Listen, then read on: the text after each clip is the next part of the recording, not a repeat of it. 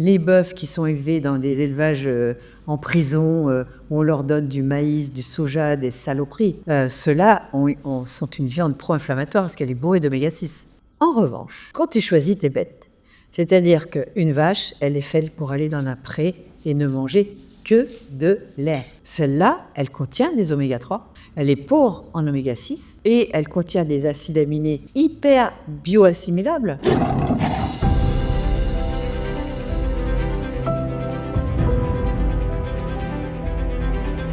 Ok Marion, tu sais, on entend souvent dire que la viande rouge est cancérigène, qu'elle est inflammatoire, qu'elle est mauvaise pour la santé et qu'il faudrait arrêter d'en manger. Et toi pourtant, t'en manges. Alors, qu'est-ce que tu as à nous dire là-dessus?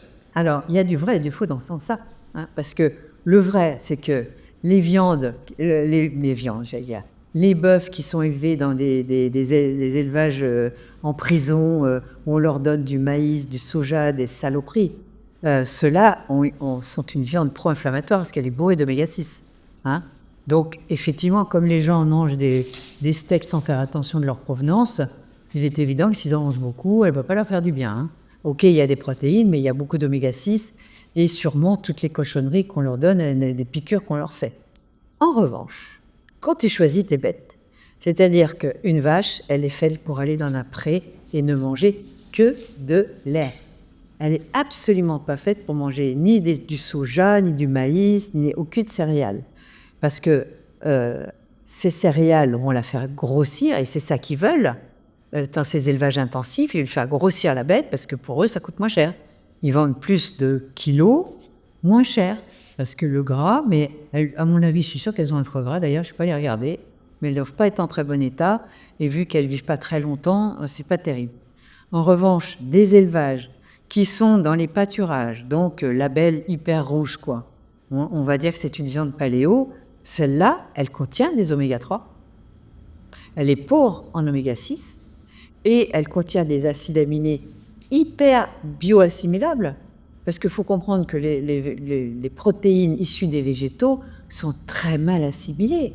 Il te faut pour si tu pèses 60 kilos, il te faudrait 60 à 75 grammes de protéines, à peu près. Quand tu penses qu'un steak de 100 grammes, ça ne te fait que 20 grammes de protéines, d'accord? Un œuf, ça dépend de sa grosseur, 8, 9 grammes. Donc, pour faire tes 60 grammes, il faut en manger, hein. Tu te rends compte? Pour faire 60 grammes par jour, répartis, bien sûr. Hein. Donc, quand tu veux avoir ce type de protéines complètes, bioassimilables, avec des végétaux, tu peux pas. Tu peux pas parce que tu as des macronutriments comme les glucides qui vont avec. Tu as des antinutriments comme les lectines, la cellulose qui est totalement inassimilable par les êtres humains. Tu fais comment pour avoir ton quota de protéines? Et à terre, la vitamine B12, on ne la trouve que dans les protéines de viande de mammifères et surtout dans leurs organes comme le foie, le cœur, les rognons, les abats, quoi. Et plus personne ne veut manger d'abats. Moi, j'adore la moelle. Et à chaque fois, je demande à mon boucher, vous me gardez mes os à moelle, s'il vous plaît? Ils n'ont plus rien, les bouchers, tu te rends compte? Tout ça, ça part à l'équarrisseur dès le départ. Donc, il faut lui dire avant, s'il vous plaît, gardez-moi les os à moelle. Parce que moi, je mets mon os à moelle à la vapeur, mais c'est délicieux. Tu mets ça sur ton steak féroce, tu te mets un peu de moelle avec ma petite sauce, l'échalote, le soja, l'huile d'olive, mais c'est une merveille. Et c'est goûteux, et puis c'est plein de vitamines. Et du bon gras, les gens ont peur du gras. Ça va avec la viande. Et le gras, effectivement, quand c'est un mauvais gras, bourré d'oméga 6, comme l'est la viande d'élevage intensif, celui-là, il n'est pas bon. Mais si tu manges un gras d'agneau qui est allé à l'élevage, en herbage, ou le gras de bœuf, la graisse de bœuf, c'est extraordinaire. D'ailleurs, je crois que tu vas faire de la graisse de bœuf, là. Hein? Oui, parce que nous, on achète en fait la carcasse entière. Ouais. Et donc, je pense que notre responsabilité, c'est d'honorer le sacrifice de l'animal en valorisant chaque partie. Tu as raison. Donc, on utilise les abats et la viande pour faire nos hachis féroces, et puis les os pour faire du bouillon d'os. D'ailleurs, qu'est-ce que tu peux nous dire sur le bouillon d'os? Le bouillon d'os, c'est génial. D'ailleurs, il faut savoir le faire. Hein. Parce que moi, le bouillon d'os, je fais mijoter, je ne fais pas bouillir. C'est vraiment un petit bouillon d'ébullition, mais très fin, tu vois. Les petites bulles sont fines. Quand ça éclabousse, c'est que tu es passé 100 degrés. Et il faut savoir que au-delà de 100 degrés dans l'eau, tu précipites les sels minéraux. Donc, il faut que ça mijote. Il faut mettre un peu de vinaigre pour acidifier le milieu, parce que ça permet à l'os de donner son calcium, de donner ses sels minéraux à l'eau, par infusion, par diffusion, tu vois. Donc, les bouillons d'os, c'est bourré de collagène aussi. Donc, c'est un aliment complémentaire de la viande. Donc, faites vos bouillons vous-même, parce que ceux que vous aurez au restaurant, sauf si c'est le fait du jour, eh bien, c'est souvent des poudres dans lesquelles il rallonge de l'eau. En grande gastronomie, ils font pas ça. Chez les grands gastronomes, ils font leur bouillon eux-mêmes. Mais sinon, quand vous prenez une sauce, d'ailleurs, elle est un petit peu gélatineuse, qui prouve que c'est des trucs déjà tout prêts. Ça, c'est dégueulasse. Il faut faire ses bouillons soi-même. Ou si toi, tu fais des bouillons, je sais pas, tu en fais ou pas? Oui, bah donc je pense que ce dont tu parles, c'est un petit peu les bouillons cubes. En réalité, Ça, c'est le magique, bourré c'est là, c'est au catastrophe. Tomate. Donc, nous, on fait bouillir nos eaux pendant 24 heures. Effectivement, il y a un petit peu de vinaigre de cidre qui permet d'améliorer l'acidulation du collagène. Tu parlais du collagène, de la glycine.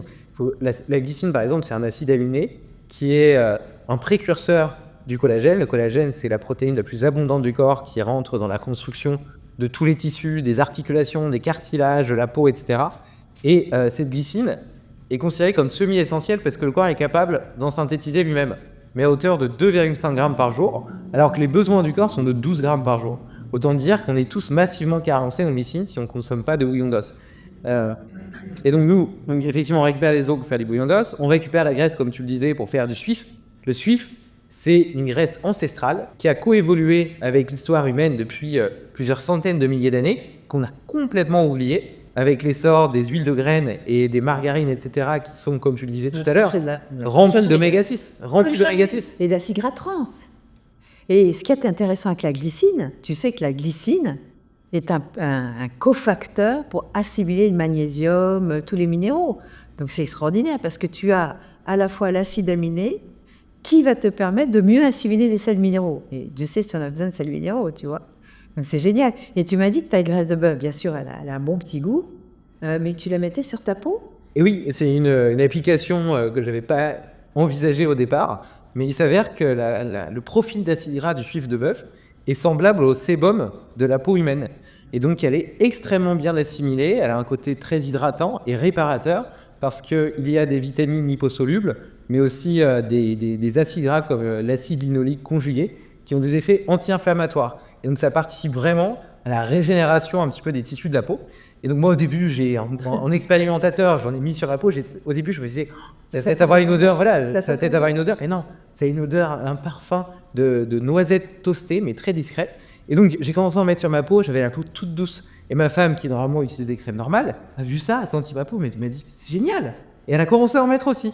Et donc maintenant, on en met aussi sur la peau de nos filles qui ont 4 ans et 1 an. Et donc l'aîné, qui a 4 ans, dit, et ça a une odeur de biscuit. Et donc elle adore, elle met tout le temps qu'on lui en mette. Ah ouais, je vais essayer. Hein. Et ça remplace facilement le beurre dans toutes les préparations, que ce soit pour cuisiner un café gras, on parlait de bouillon d'os, tu peux en mettre dans du bouillon d'os, sur des légumes, à la cuisson, etc.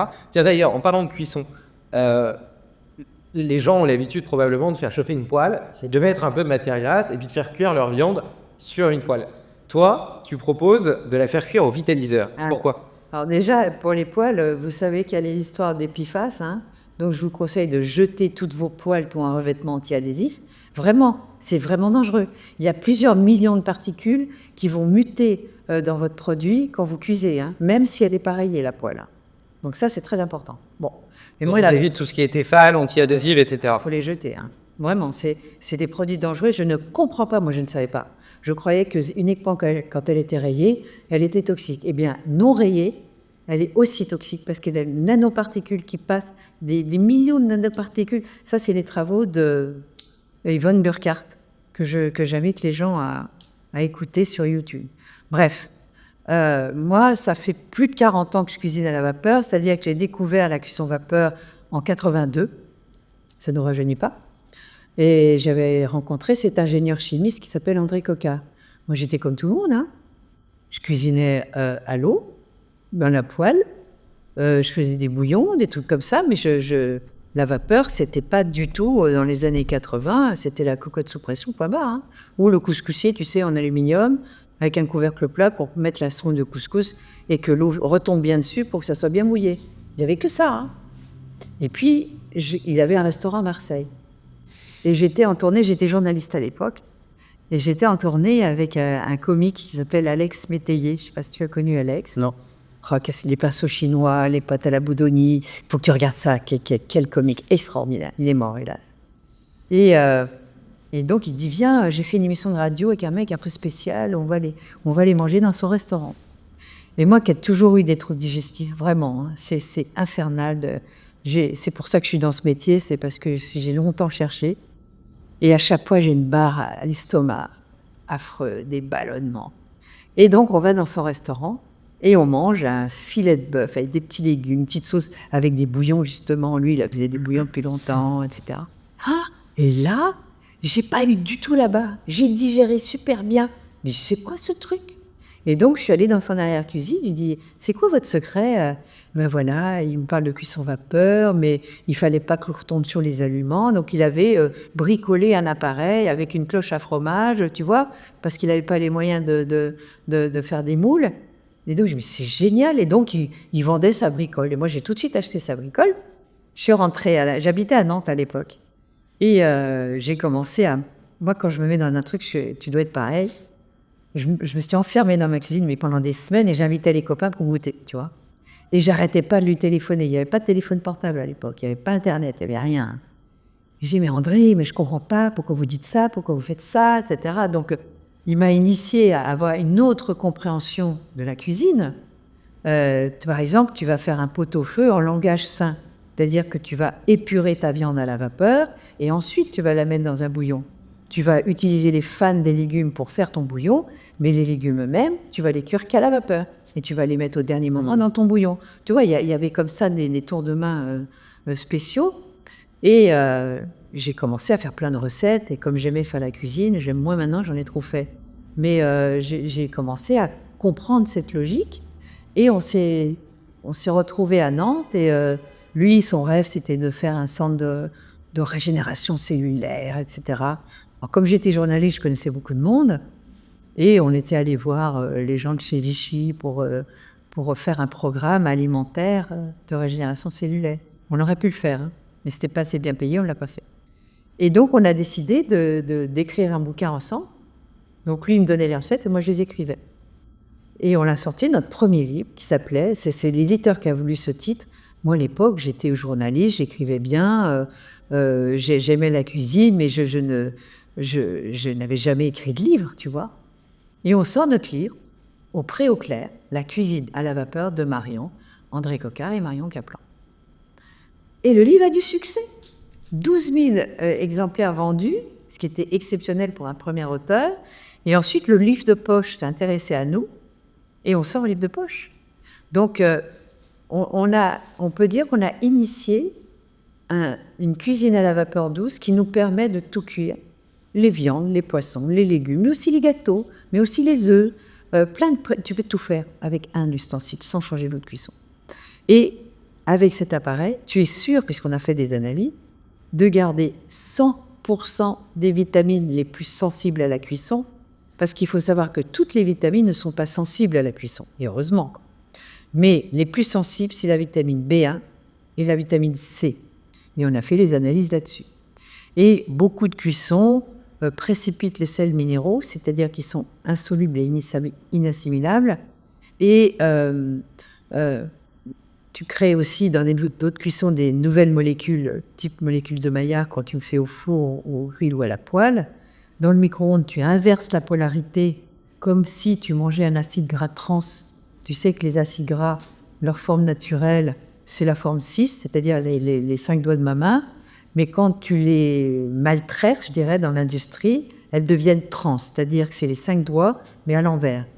Et quand tu mets un gant, tu ne vas pas mettre un gant gauche dans ta main droite. Ben, c'est pareil pour les acides gras. Et pour le micro-ondes, on inverse la polarité, ce qui fait que ça peut devenir des neurotoxiques pour la proline. Pour la parenthèse, les acides gras trans qu'on retrouve majoritairement dans les produits transformés, ultra transformés, sont accusés de créer un terrain pro-inflammatoire et un terrain propice au développement de la plupart des maladies métaboliques, les maladies de civilisation, comme le cancer, le diabète, etc. Et donc là, ce que tu me dis, c'est que si je fais réchauffer mon plat au micro-ondes, je peux avoir les... Je le déconseille.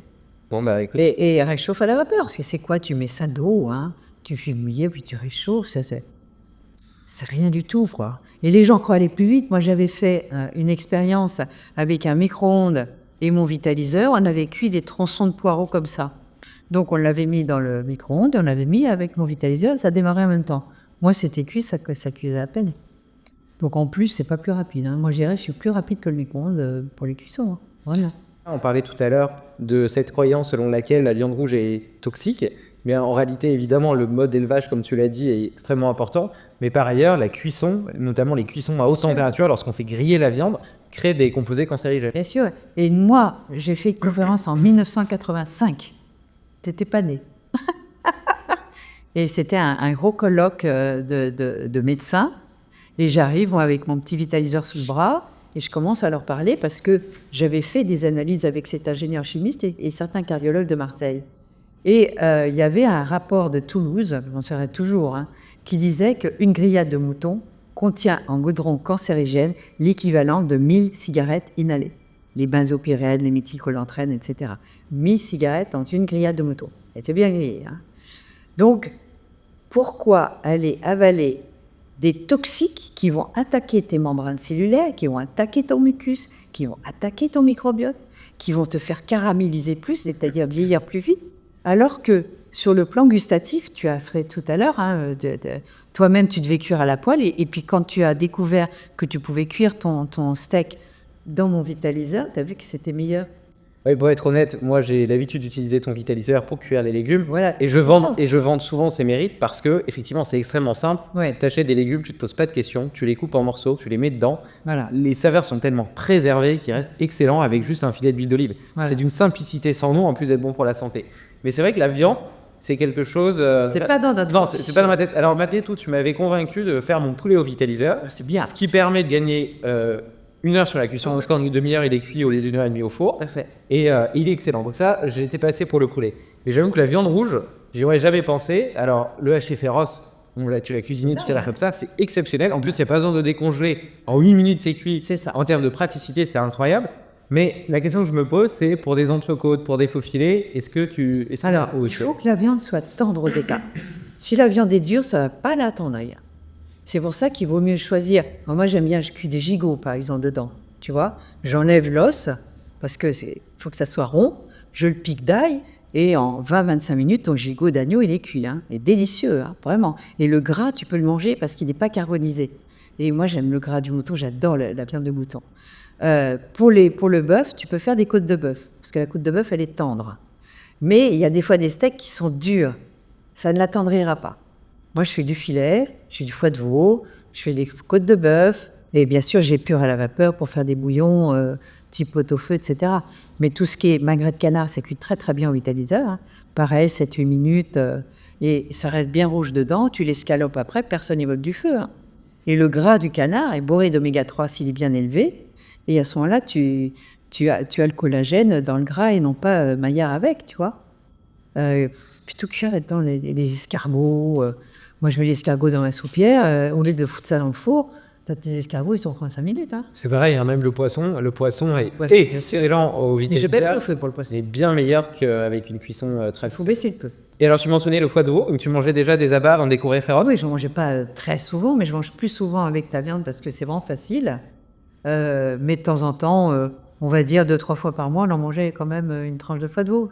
Mais il faut trouver des foies de bonne qualité, c'est pas évident. Hein, donc c'est pour ça que c'est pas facile de trouver des foies d'animaux à l'herbage. Pour ça, quand j'ai découvert ton steak, mais j'ai tout de suite commandé.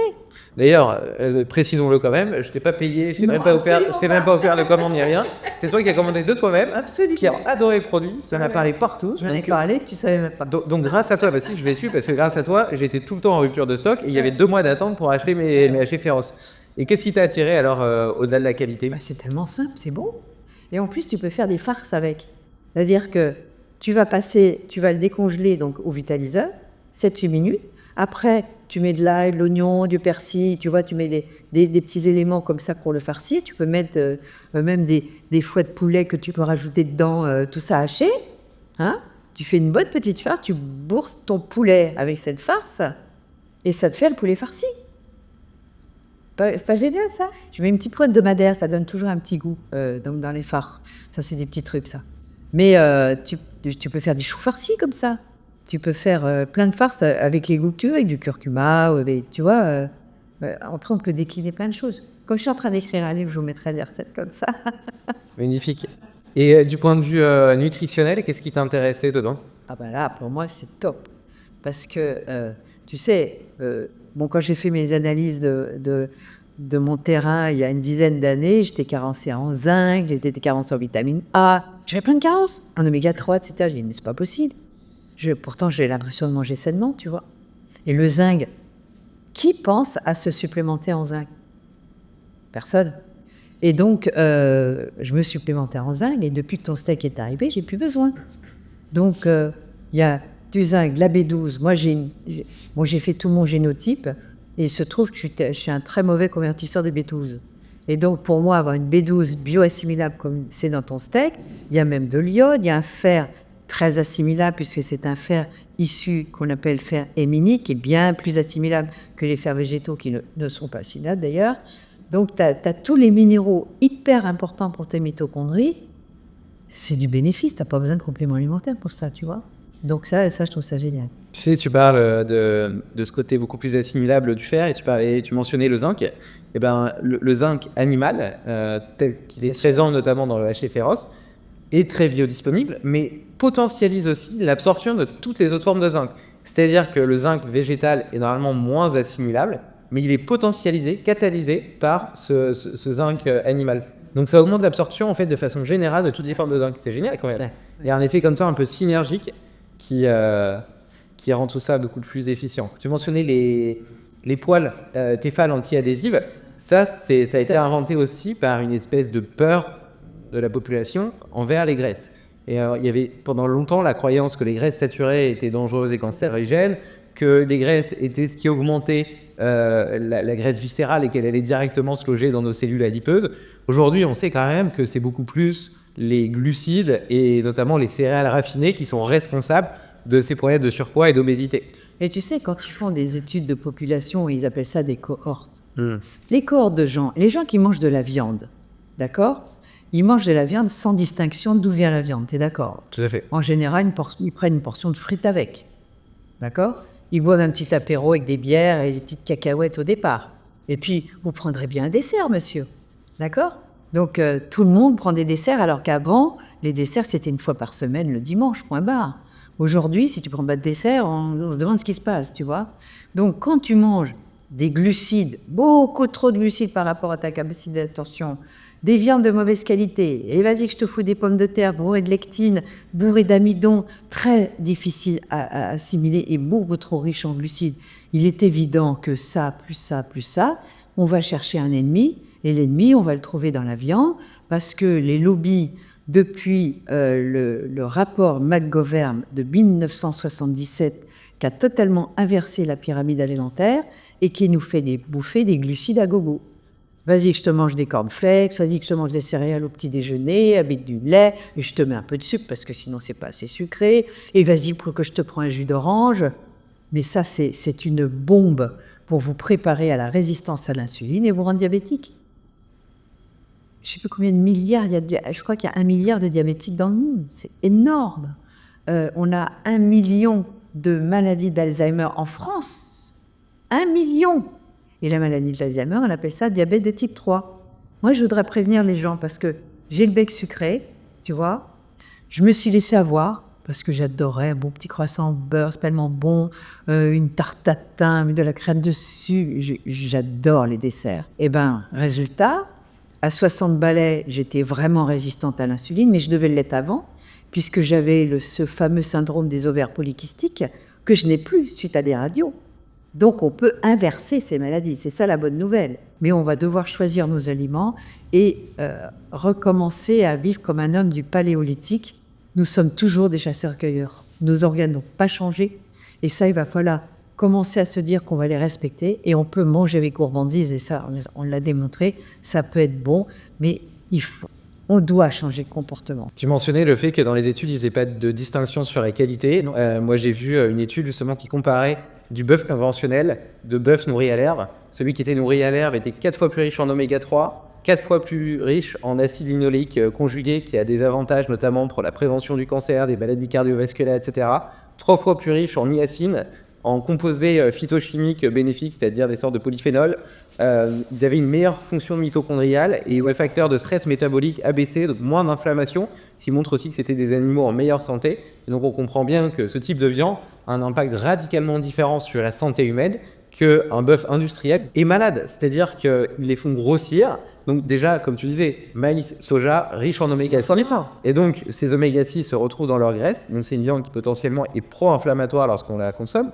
Mais en plus de quoi, ces études ont montré qu'ils développaient des problèmes de dos, des problèmes respiratoires. En fait, leur masse musculaire est tellement proéminente que ça crée une inflammation chronique qui les gêne au quotidien. Et donc, c'est des animaux malades et malheureux. Donc, que ce soit en termes de bien-être animal ou de qualité de la viande pour la consommation humaine, c'est une catastrophe. Tout à fait.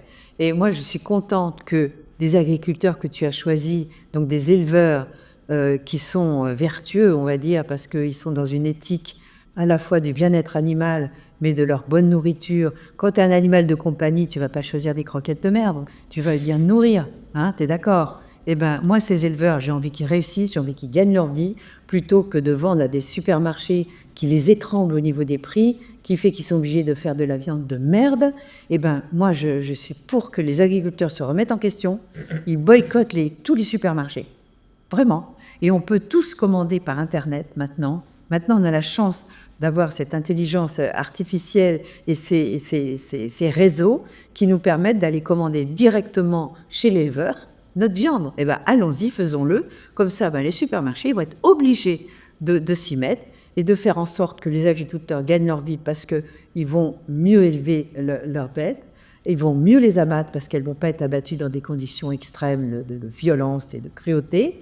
Et à ce moment-là, nous, la France, on est un pays merveilleux de terroir, extraordinaire. On a encore plein de plaines où on peut mettre des élevages et on n'est pas obligé de mettre des milliers de bestioles qui sont en prison tout le temps, qui ne voient même pas le soleil et qu'on gave d'ensilage. On peut revenir à un cercle vertueux. Ça mettra peut-être 30 ans, mais je pense que toi, tu es un des précurseurs de cette nouvelle agriculture. Je connais bien Philippe Desbrosses qui a 83 ans, 84 ans. Lui, il avait écrit La terre malade des hommes.